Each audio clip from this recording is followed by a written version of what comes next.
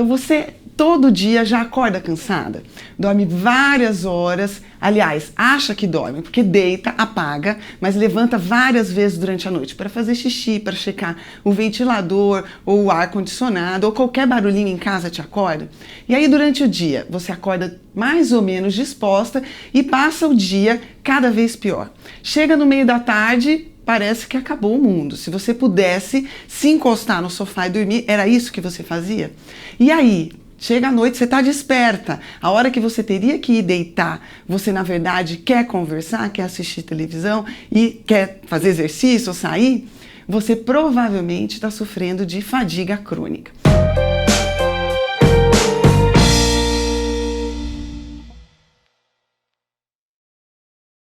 E como é que isso acontece?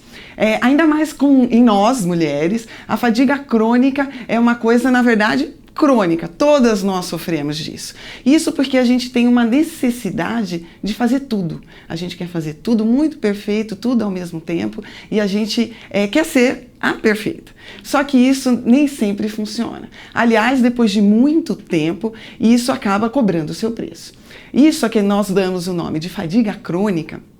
Começa lá atrás, aliás, até mesmo quando a gente é criança, tá? Na escola, quando a gente vai fazer as atividades da escola e a gente quer fazer tudo do melhor, a melhor nota, você se cobra muito. Normalmente a cobrança sobre a mulher é até maior do que sobre o homem. A gente tem que sentar direitinho, falar direitinho, você tem que ser feminina e ao mesmo tempo dar conta das mesmas coisas que os meninos estão.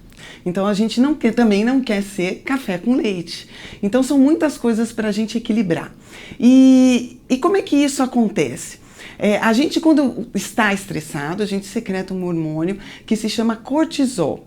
Ele é ajudado por todo um sistema que a gente chama de sistema nervoso simpático. O cortisol é secretado nas glândulas adrenais, ou também chamadas suprarrenais. E ele é importantíssimo, porque ele faz com que nós estejamos aqui hoje, em termos de evolução. Foi por causa do cortisol e desse sistema de estresse que a gente conseguiu se defender de um leão que queria nos comer, por exemplo, na era paleolítica. A gente parava, olhava o leão, pensava nas alternativas que a gente tinha, subia numa árvore ou o que fosse, e aí a gente conseguia achar alternativas para sair do estresse. Então isso é muito importante. Agora o problema é que o seu corpo não sabe a diferença do que é um estresse físico, por exemplo, uma integridade física sendo ameaçada por um leão, do estresse do dia a dia, do estresse psicológico, financeiro e das coisas todas que a gente tem que lidar. Então ele vai reagir sempre como se fosse um estresse físico ou da integridade física sua. E aí como é que ele reage? O cortisol direciona todas as suas energias para o que é essencial nesse processo, que é a sobrevivência. Então ele vai melhorar a sua circulação sanguínea cerebral, ele vai melhorar a sua memória, para que você revisite as suas experiências anteriores e encontre uma saída para esse problema. Além disso, ele vai aumentar a sua frequência cardíaca, ele aumenta a frequência respiratória, ele aumenta inclusive a sua defesa de pele, porque se eu me machucar nesse processo, lembre-se, ele não faz diferença do que é físico, do que é psicológico. Se eu me machucar, eu consigo cicatrizar. Além disso, o cortisol é um hormônio que a gente chama de glicocorticoide. Isso quer dizer o quê? Pela palavra glico, a gente já entende que ele altera a minha relação com os carboidratos, ou seja, com o açúcar. Ele faz com que eu deixe mais energia circulando, porque se eu precisar, eu preciso ter energia disponível. E isso vai aumentando uma coisa que a gente chama de resistência insulínica. Por outro lado, ele, por ser um anti-inflamatório, por ser um corticoide, ele faz com que você não tenha dor. Então, por quê? Se eu estou correndo de um leão, eu não posso sentir dor num joelho, não posso sentir dor em algum lugar que me impeça de correr. Então, eu fico anestesiada. Então, a gente fica parecendo uma super mulher. A gente faz tudo, a gente lida com tudo no dia a dia, nada para a gente. O problema é quando isso não cessa em pouco tempo. E aí esse processo começa a se alongar e é o que a gente chama de crônico. Quando esse processo se torna crônico, o meu sistema de defesa vai tentar direcionar minha energia para na verdade, tirar minha energia de dois lugares que, teoricamente, não são essenciais no processo de sobrevivência. O primeiro deles é o sistema reprodutor. Em nós mulheres, a gente começa a ter ciclos anovulatórios, né, porque eu inibo a secreção do hormônio envolvido nisso, que é o LH, e aí eu começo a desenvolver uma coisa que eu chamo de predominância estrogênica. Eu fico só na primeira fase do ciclo menstrual, e essa primeira fase, que é regida pelo estrógeno, se prolonga demais, porque não vem a ovulação, que daí eu tenho uma predominância depois da ovulação da progesterona. Essa predominância estrogênica, porque não vem a progesterona, começa a me deixar mais ansiosa, com uma labilidade emocional maior, além do que pode alterar meu sono. Então, eu já estava mais alerta pelo cortisol, agora eu tenho uma dificuldade maior ainda de relaxar e dormir. Além disso, isso vai começar a ocasionar, por exemplo, uma piora da celulite.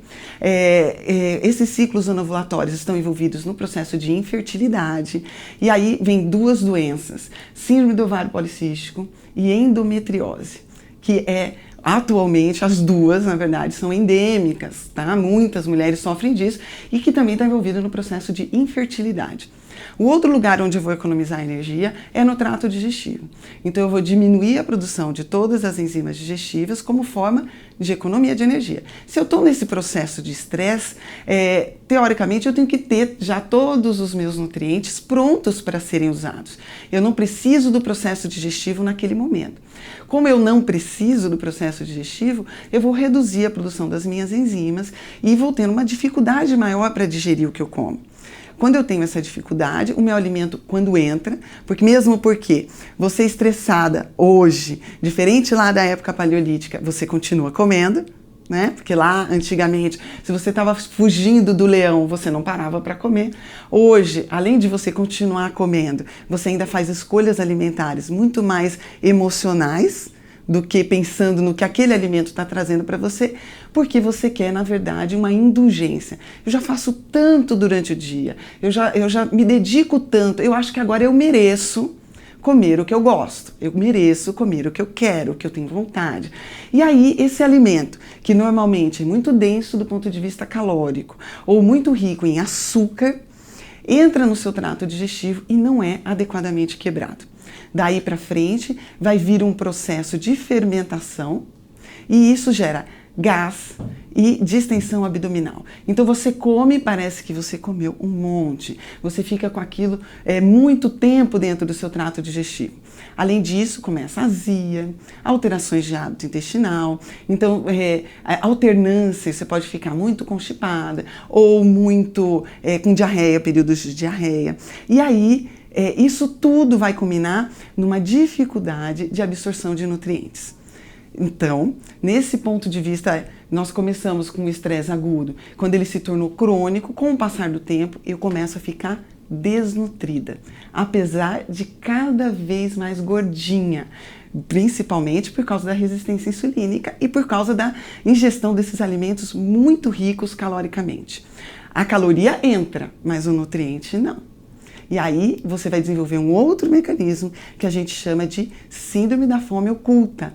O seu corpo, com dificuldade de ter os nutrientes que ele precisa, porque você não está digerindo adequadamente, ele vai fazer com que você procure esses nutrientes. Como é que você vai procurar esse nutriente?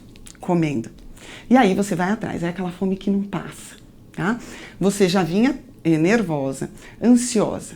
Agora você olha no seu espelho e não quer mais ver aquela figura gordinha, a pele não tem mais o mesmo viço, você começa a trocar todo o seu guarda-roupa, você compra roupas cada vez mais largas e essa gordura que o cortisol acaba causando a deposição, normalmente ela é na região do abdômen.